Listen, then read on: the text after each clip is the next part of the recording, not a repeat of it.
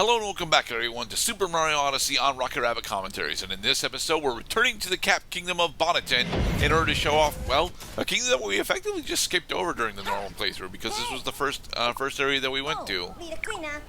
One of the things that we picked up a couple of parts ago that I didn't actually cover specifically was we now have access to a lot of the hint art power moons.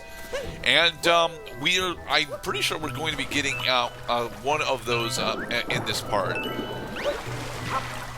And I need to go over as to why we're not getting all of them, because a majority of the hint art power moons are stupidly difficult to actually find. So yeah, we will be getting. I think we're getting the one that's tied to this kingdom, but we'll be skipping a majority of the rest of those.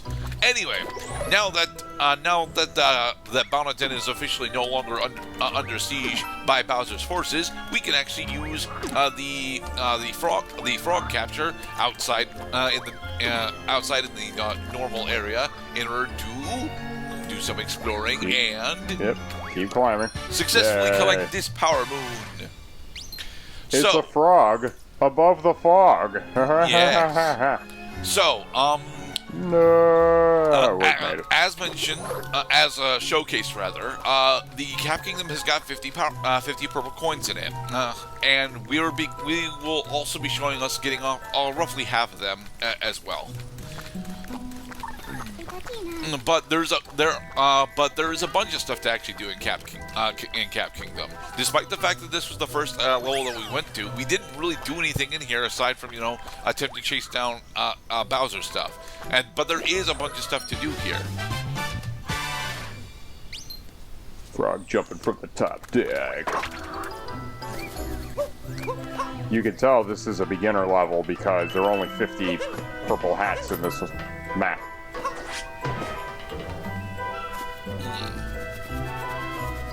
The sorting cap. Okay, so yep, we are trying to set this up here. This is how you're supposed to solve this particular hint art. You end up trying to line up the Cap Kingdom tower with your camera. And you cannot get that art. You cannot get this power moon without triggering the hint art first. That is how all the hint arts power moons function. So even if you know that the power moon is there and you know how to do it, it doesn't activate until you actually prompt the game. Yep.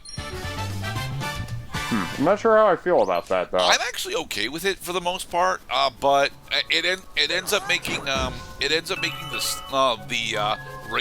racing speed runs for this game. Ooh, hey, Princess Peach. Hey, found you. Yes, Peach and Tiara are traveling the world on their own, and every time you find them in one of the worlds, she is going to give you a power moon. Oh, nice. And she will always give a hint about where she's going to next. So yeah, she's going over to Cascade Kingdom next.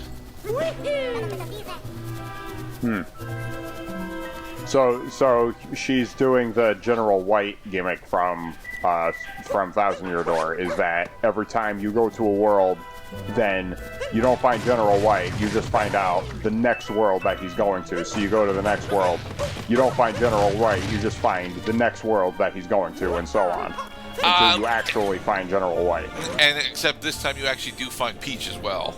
So this is one of the periscope moons. All you need to do for these specifically is, using the periscope, figure out which of the flying objects is not supposed to be there, zoom in on it, and you'll be rewarded with a power moon. The flying Ford Anglia. For the record, it's not a Ford Anglia, but it is a New York taxi cab. Taxi flying through Bonnetton. Bonnetton. And here is a relatively new capture for us, the PAragoomba. PAragoomba, very specifically, is here mostly so that we can, get access to the infinite void chasm that is around Cap Kingdom. Yes, underneath this fog is a bottomless pit, but if you're actually willing to, risk flying around and over stuff, you can do a bunch of exploring here, and we actually are going to be showing this off. Okay. All right, time for me to do some complaining, Mr. Cloud. By triggering this particular moon rock, we have successfully activated the post-game version of Cap Kingdom. Every single kingdom has got this. This exact object that you're supposed to interact with and get to. After successfully interacting with it, the Eye of Sauron. Not the Eye of Sauron, thankfully, but. You have caused a bunch of power moons to spawn. These are post-game power moons, and thankfully they are tracked on the pamphlet map. However, a majority of the additional power moons that you get access to are significantly more difficult than the base campaign in order to get.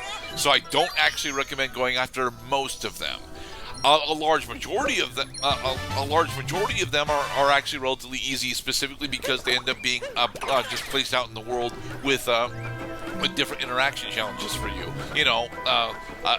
Navigating through Cap Kingdom's fog, hitting that fucking bird, and a couple of hidden areas that we now have access to. Thing is. Although the ones in Cap Kingdom very specifically are okay, the reason why you end up needing to do these additional power moon challenges is specifically to unlock the final gauntlet. The final gauntlet at the very end of the game, and even then, you don't actually need to do most of the. You don't actually need to do most of the moonrock challenges in order to unlock the final gauntlet at the end of the game. Because I think you need a total of it's either 400 or 600 power moons in order to unlock the final gauntlet at the end of the game, and there are 800 unique power moons to collect. So, yeah, you can get away with only doing like half of the moonrock challenges before unlocking final gauntlet. So.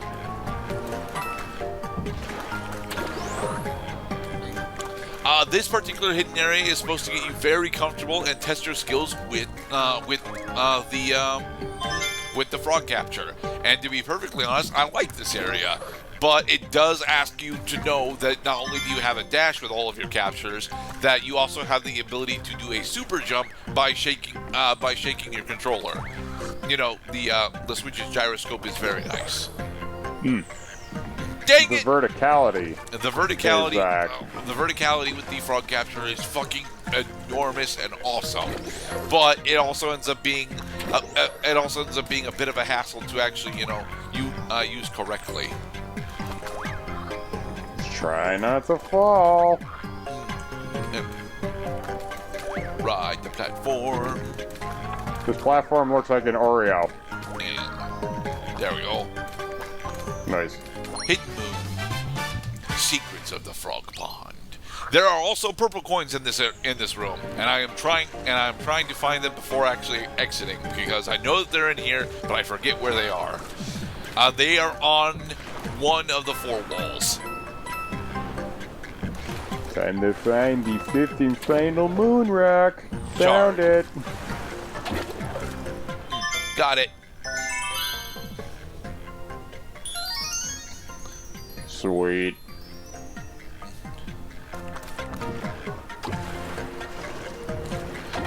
So what's new in the world of Cloud as we attempt to locate the purple coins that are in here? Well, I am an avid reader, as you well know, Mr. Gurdett, and I was just telling you off recording that I had just checked out, it's actually my 4th consecutive installment from Somerset Maugham, the writer, The last one I read was a short story compilation called The Trembling of a Leaf, describing some stories that he got ideas for while he was traveling to the Pacific, specifically Hawaii and Honolulu. And now I'm about to read Liza of Lambeth, which is his very first novel, is one of the last novels written in the 19th century, and it takes place in Britain. And it's actually the only story of his that specifically centrates on Britain and what Cockney life was like before the World Wars effectively changed life forever. And the reason why I keep picking Somerset Maugham is I think that I dig his style. Like I get a sense like I know where he's coming from, not only as a writer but as a person. That I can relate, and that other writers seem to like only pretend to know what they're talking about. But like when I read Somerset Maugham's writing, like I can sense the genius behind like pretty much every direction that he takes with his writings, and on top of that, he has a wonderful knack for drawing together characters that make you laugh a lot of times. No! We missed the bird, dang it. That bird had a hat. Danger. Danger.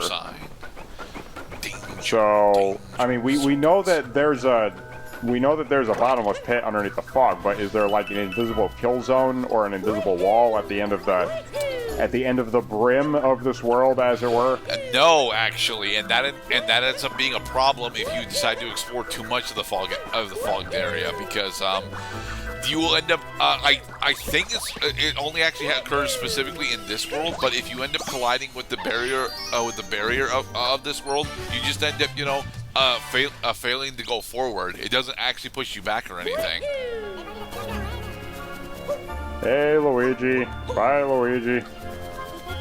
I tell you, it always makes me a touch sad when you get the attention of a character inside the game, so their head turns towards you, and then you leave their field of vision so that they turn back to whatever it was they were looking at before. Like that. That's the point of the character, though, is to acknowledge and interact with the player. So if the player doesn't return that interaction, even if it's for the 100th time, then they don't really serve a purpose at all. They're just there. But to be honest, Luigi's minigame is actually really good. It's just something that I don't actually want to do. So. Oh, so he has a minigame for us. He has a social game for us, Mr. Cloud, which is why we're not doing it. Because we need online accessibility in order to do social games. Which, again, we have, but I'm not participating with. I'm glad that one-player games aren't going anywhere. And we are doing Resident Evil Village concurrently with this, which is chief among one-player games that I played recently. That you don't need an online community. You don't need a leaderboard to tell you who finished with this time or who finished with this few of deaths. This hint art specifically is for the Moon Kingdom. Good luck deciphering that. For the Moon Kingdom? Yep. Well, what the fuck is it doing in the Hat Kingdom? For the record, all the hint arts, although they are placed in a particular kingdom, are for other kingdoms. All of them.